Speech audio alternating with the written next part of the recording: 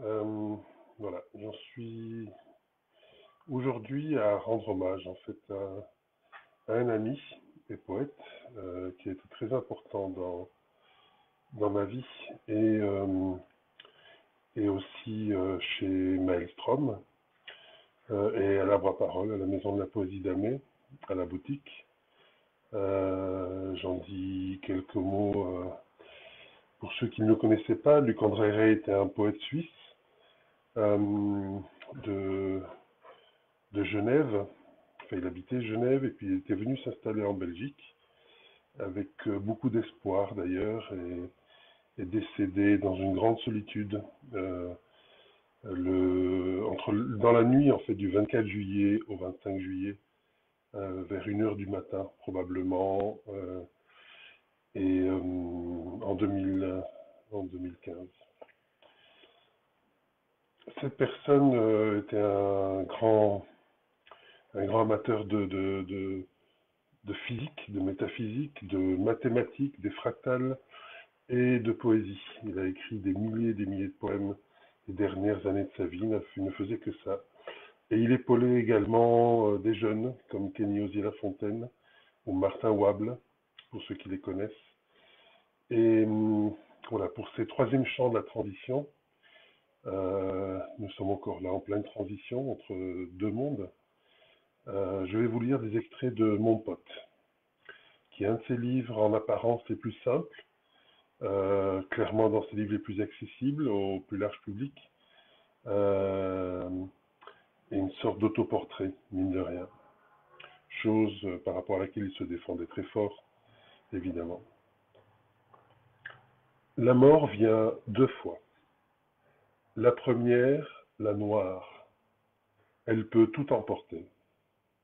Le corps, ce qu'on y croit une âme la dissoudre, et s'il a quelque chose que la mort ne peut pas, la mort se fera blanche.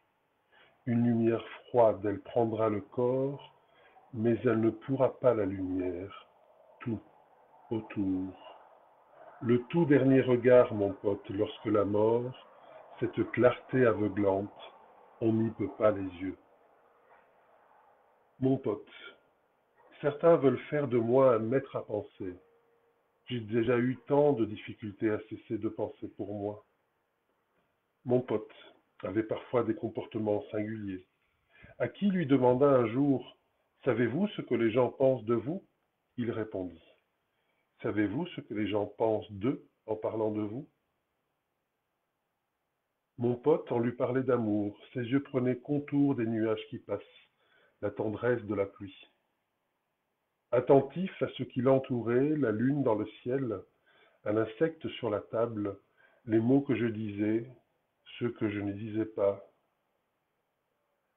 La surface des choses, le seul lieu, ce monde, de ce qui nous est sans surface. Les bavardages de mon pote. Mon pote, il oubliait chaque fois, le rencontrer, c'était tout commencer. Mon pote, je n'ai jamais su s'il croyait en Dieu. Qui lui parlait de Dieu, il avançait athée. Qui se disait athée, il le laissait parler. Et qui ne disait rien, mon pote, il souriait. Mon pote, face à la mort, n'en disait jamais rien. Il parlait de la vie, à jamais, sans frontières.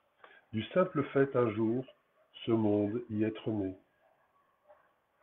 Mon pote a poussé sur sa tombe une fleur inconnue. Personne n'en sait le nom, mais personne ne la voit. Mon pote qui l'approchait d'emblée était séduit. Le regard, le sourire, et sa peau qui brillait pour qui savait se taire. Mon pote est mort, je sais. Mais d'avoir vu la vie où il était vivant, quelquefois, j'ai un doute. Mon pote, où la mort l'a emporté, sais-tu? Mon pote, on lui parlait de l'ombre, la lumière, se taisait, le regard d'une belle qui passait. Mon pote, qui lui demandait si ça allait, ne disait rien.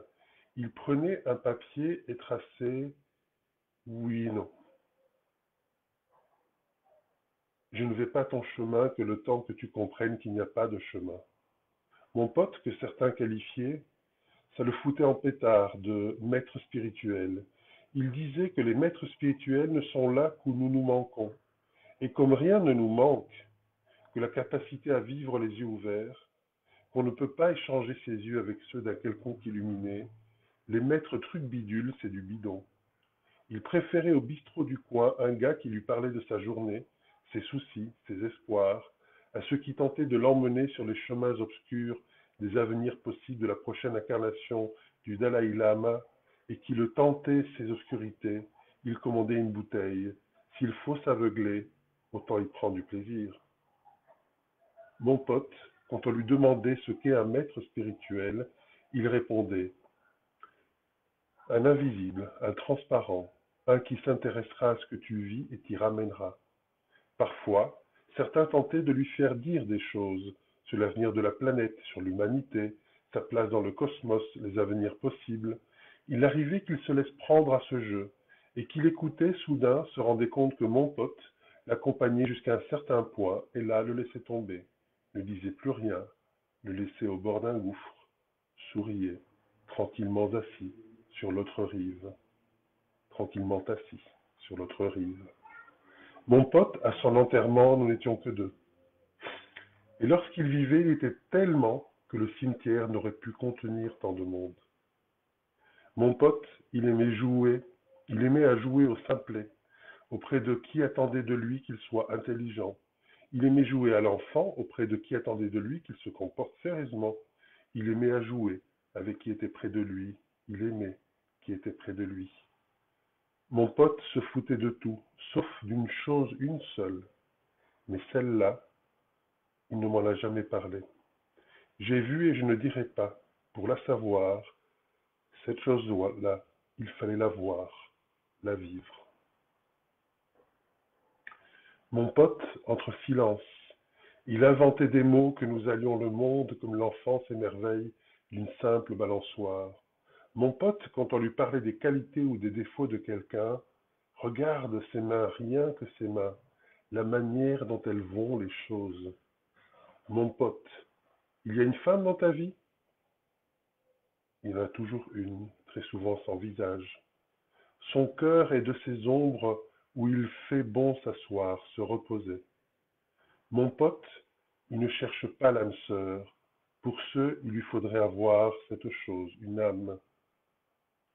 On n'écrit jamais de poèmes d'amour dans le vide. Même si tu vis seul, il y a toujours quelqu'une qui te les inspire. Croire qu'on écrit dans le vide, c'est abdiquer, c'est croire l'amour impossible, une forme de suicide, des bavardages de mon pote. Il sait tout de nos peurs, il sait tout de nos folies, ces abîmes où le cœur désespère de la vie. Il a marché longtemps, sommets et précipices, en lui l'obscur reflet de nos rêves factices. Et puis il s'est assis tout au bord des mondes, a jeté ses chaussures, sa cape, le vieux bâton.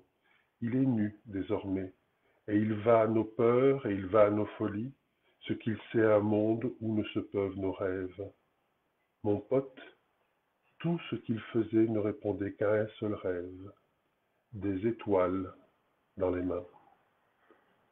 Voilà, je ne vais pas tout vous lire non plus, quand même. Voilà, je suis descendu cet après-midi, mais l'envie était irrésistible de vous lire cela maintenant, malgré la forte chaleur. Nous sommes à plus de 30 degrés. Et voilà, je vous souhaite une bonne journée et transitionnez bien.